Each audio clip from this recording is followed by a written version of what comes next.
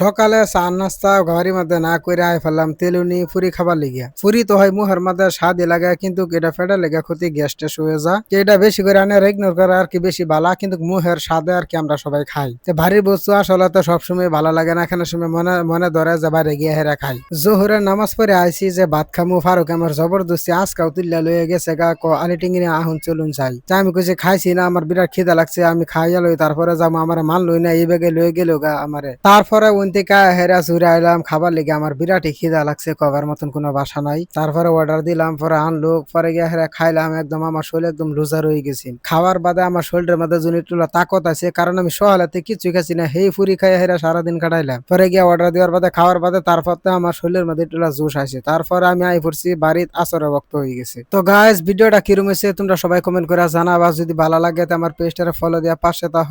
আজকাল লেগে এ পর্যন্তই, সবাই ভালো থাকবা, সুস্থ থাকবা, আল্লাহ হাফিজ।